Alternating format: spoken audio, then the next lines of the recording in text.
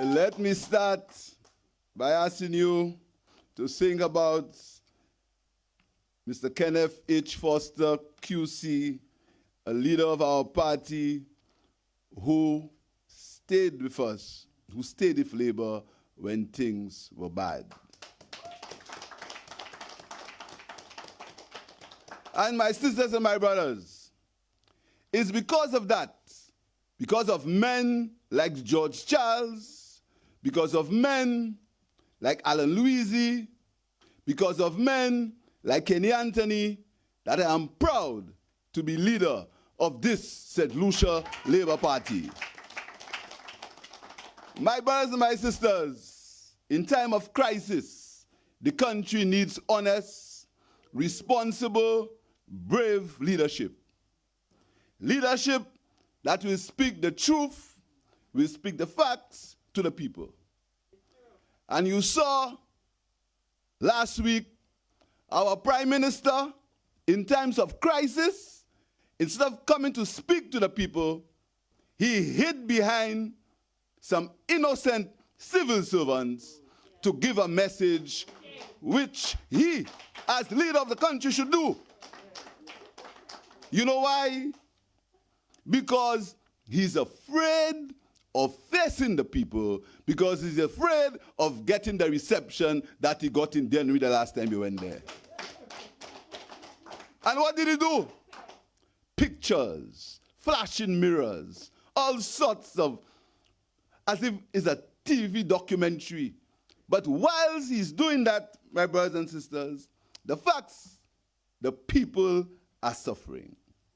The unemployed in the hotels are suffering.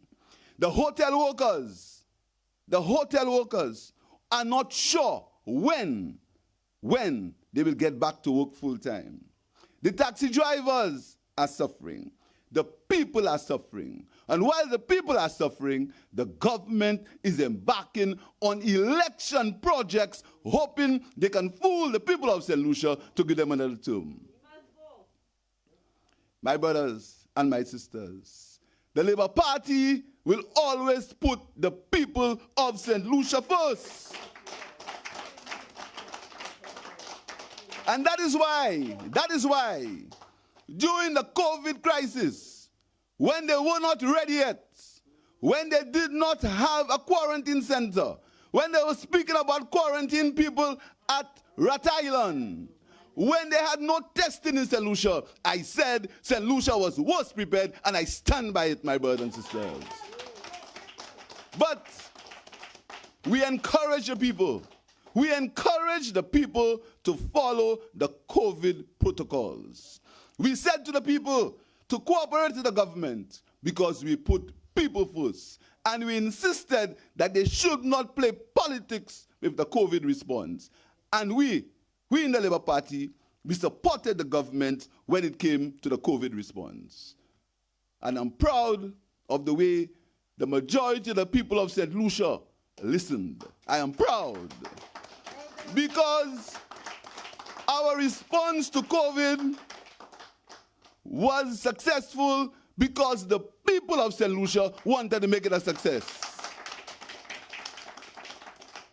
But my brothers and sisters, COVID may be here for a long time.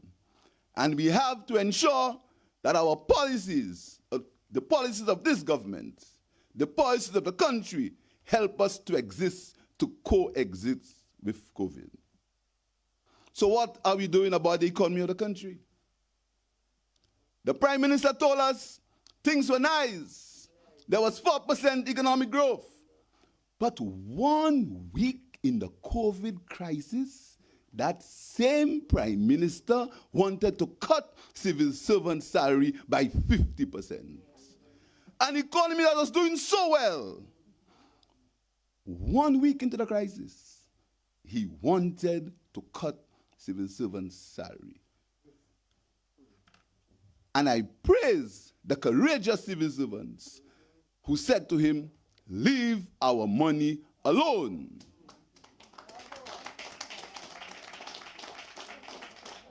The Prime Minister told us that because of COVID, things were so bad things were so bad because of 1 week, 1 week into COVID, things are so bad. 7 days, thank you, my sister. He presented a budget. Why is that things bad? He presented a budget of $1.6 billion. We went in the parliament and we said to him, that is unrealistic. But let me tell you what was in that budget. There was a financing gap of $560 million. A $1.6 billion, but there's a financing gap of $560 million. The current deficit in that budget was $216.2 million. The recurrent deficit, $342.4 million. My sisters and my brothers, that means that this government had an overall deficit of $443 million. You want to believe that is the country that the United Workers' Party will leave for the St. Lucia Labour Party when we get into government. That is the country. A country that is near economic collapse. But instead of doing something tangible, he comes and he sends civil servants to say he will spend another $560 million in what he calls an economic package. You have $560 million of unfinanced gaps, but now you're going to spend another $560 million in what he says is an economic package. Is the Prime Minister living in an alternate reality? Is the Prime Minister living in St. Lucia? Why must the government engage in misleading the public, my brothers and sisters? The government told us they would eliminate VAT. Up to today, same VAT. But whilst he's doing that, he continues to borrow. And we spent hours in the parliament talking to the government about borrowing. They laughed at us. But you see, the truth has a way of revealing itself. And I've told them all the time, you can only fool people here. You can have talk show hosts and paid surrogates talking nonsense and blaspheming and lying about people and attacking members of the opposition. But the truth will set you free. So this weekend, Caritas, it's not Labour Party, it's not Hile, it's not Musa, it's not Labour Party. Caritas said that they have to downgrade St. Lucia as far as its creditworthiness is concerned. The beginning of what we always spoke about. St. Lucia has been downgraded by Caritas. So you can't say it's me that say. You can't say it's the Labour Party spreading propaganda. That is a fact, Mr. Speaker. And Caritas is made an objective assessment of St. Lucia's debts. And you know that? You know what? They have not even factored the $800 million he has to borrow for the airport. That isn't factored as yet. But they've already downgraded St. Lucia. When the St. Lucia Labour Party was in power, the debt ratings was higher than it is now under Labour. And that is a fact. The debt ratings of St. Lucia was better under Labour than under the United Workers' Party. And that is a fact, my brothers and sisters. But, my brothers and sisters, this government continues with political patronage, continues, doing things for friends, family, and foreigners. And while they are doing that, our NIC, already in some level of stress, the NIC money is being used to finance golf courses. Golf courses that will not bring a return to the people of St. Lucia. The Labour Party commits itself, my brothers and sisters, to paying back all the money that the NICs has spent. We, as a government, will pay back the pensioners of St. Lucia for the money spent in the NIC. We commit ourselves, my brothers and sisters, to do that. We are in crisis. What should the government priorities be during a crisis? The crisis, the government should see about people. The government should see about the health care of people. The government should see about the elderly, my brothers and sisters. And I want to say again that the Labour Party will not engage, and we urge the United Workers' Party not to privatize the OKEU hospital.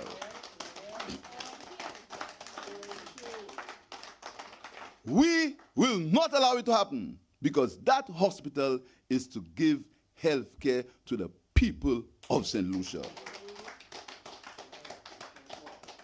And talking about health care, some of them who, because they are fortunate and forgotten where they come from, make a big fuss with facilities, with comfort stations and facilities, and they laugh and they ridicule people who have not got these facilities. The Labour Party will ensure that while we put together a program so that each household can get access to private facilities, we will ensure that comfort stations all over the country are upgraded and added for the people who do not have the benefit of private facilities. The Labour Party will ensure that there is good nutrition, that there is food security in the country. That is why, my brothers and sisters, we will encourage fishers, and we will remove the $1.50 tax from the fishers of St. Lucia so they can get a better income, so our protein can increase and the people can have better nutrition. The Labour Party will cause the farmers who sell to the hotels and have no income now, the Labour Party will return the income that they used to get when they sold to the hotels, because we believe we have to encourage our farmers so that our farmers can produce. And we will cause synergies between the farming and the food, the farming and the school feeding program, so that our children, and as Ernest Hiller said, we can encourage our children to use local food which the farmers will produce. Local food, my brothers and sisters. The Labour Party believes in education. And if the Labour Party was in power under COVID, we would remove all facility fees that are being paid by children right now. We believe that each child should have access to a computer.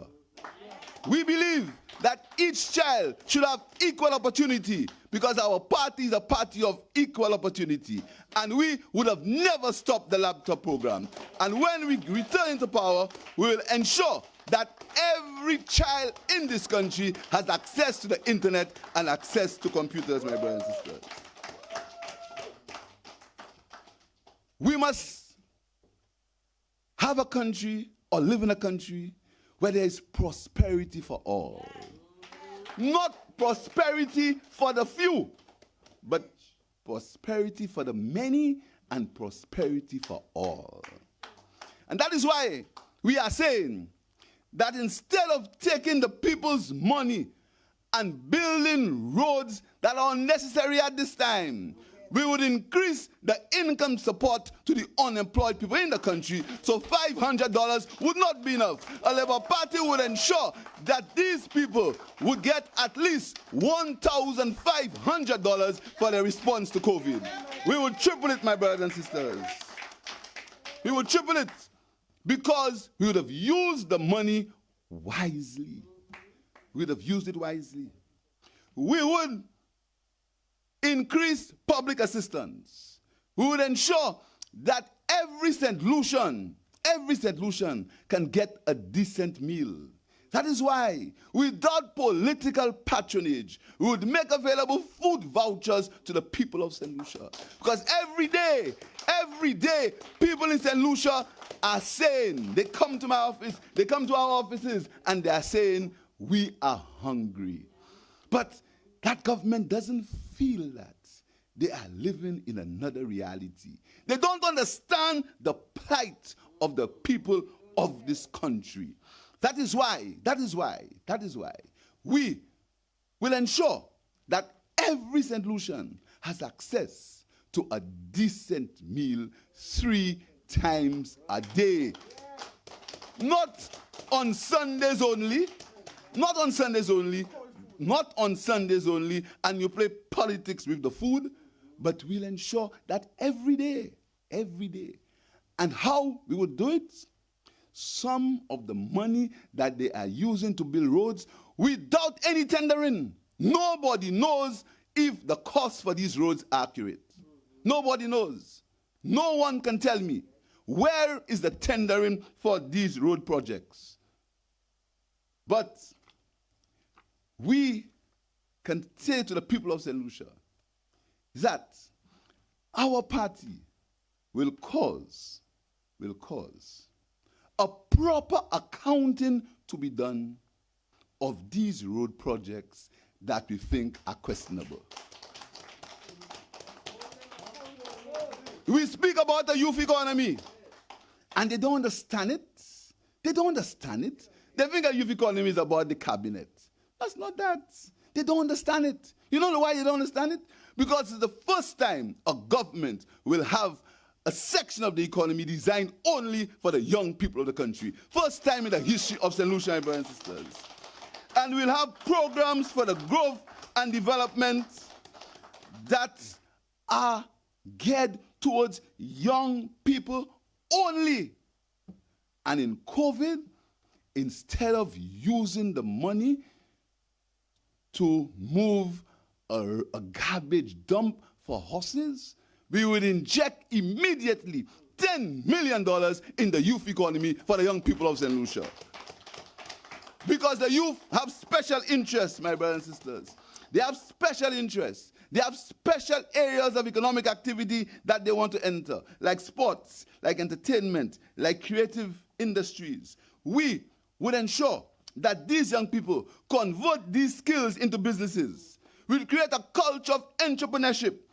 We will develop technical and vocational skills, my brothers and sisters. Animation, app design, music, recording. That is what the youth economy is all about. They don't understand it, so they try to pappy show it. But I'm saying to the young people of St. Lucia, we were the government that created universal secondary and universal primary education. And we say to you, we will cause one university graduate to be in every household in the country, because we believe in the young people of St. Lucia. We believe in the young people of St. Lucia. My sisters and my brothers, we'll make available to the young people of St. Lucia, because we know they are very concerned about getting a piece of land. Very concerned about it. And instead of giving 1,000 acres of land to one man, we'll ensure that we have affordable lots for the people of St. Lucia to buy, particularly the young people of the country, my brothers and sisters. We would develop in these times of COVID. We'd use the money not in a bureaucratic fashion. We'd use the money to inject into local business, into local entrepreneurs, not with a whole lot of bureaucracy, but in a direct way. We would go to the organizations and cause accountability, but we would inject immediately into the small business sector. Immediate injection into the small business sector. And we would create incentives for local business to be the same as incentives for foreign businesses. A government of the St. Lucia Labour Party would show tangible interest in the health workers, in the doctors, in the nurses, in the first responders. And we would cause them to get a bonus for the work they have done because of COVID. health workers in this country under Labour will get a bonus. And I can promise them that the Labour Party will not forget them, and when we get into government, we will ensure that they get that bonus that we promised them now. We would support small hotels. We would support the people who make their living by A, B, and B, because they are suffering. They are suffering, my brothers and sisters. They are suffering. A St. Lucia Labour Party government would cause direct support to these people. We are offering ourselves to you. And many people are joining. Only last week, the entire executive of the Central Castries branch of the United Workers' Party resigned, and we welcome them in the St. Lucia Labour Party. I am offering myself to you, not because I feel I'm entitled, but out of a sense of duty and love for country. I do not have all the answers. I do not have all the answers. But together, we as a team can solve the problems facing our island. St. Lucia can be a better place. I offer you my integrity, my experience, my sense of purpose, my experience as being a self-employed individual for decades, and my willingness to learn, my willingness to share. So we together, not me alone, we together can cause a better St. Lucia. This movement is about you, not me, not us, about you, the people. The men and women of the St. Lucia Labour Party are all committed to improving the lives of our people. We pledge to give you honest government, to give every St. Lucian an equal opportunity to share in the wealth of the island. We believe in transparent partnership. We would never treat the National Trust like it's been treated today by the United Workers' Party. We believe in dialogue. We believe in a peaceful means of solving disputes and conflicts. We believe in constitutional reform that will ensure good governance, anti-corruption, transparency, and participatory government. We believe in equality in the access to justice, that we ensure that human rights and human privileges and human freedom are preserved. We believe in a modern police force free from political interference. We believe in a professional civil service, We believe in a sense of pride, discipline, and love for country, and a determination to improve our island. That is what the men and women of the St. Lucia Labour Party believe in, my brothers and sisters. So, my brothers and sisters, I invite you to join us in that journey. It's an exciting journey, but it's a journey that if you have the will, if you have the good intentions, if your intentions are honorable, we can succeed. My sisters and my brothers, I am offering myself with that team, a team of experience, my brothers, to you. And I believe, my brothers and sisters, that humility is the most excellent cure for anger in the world. I thank you.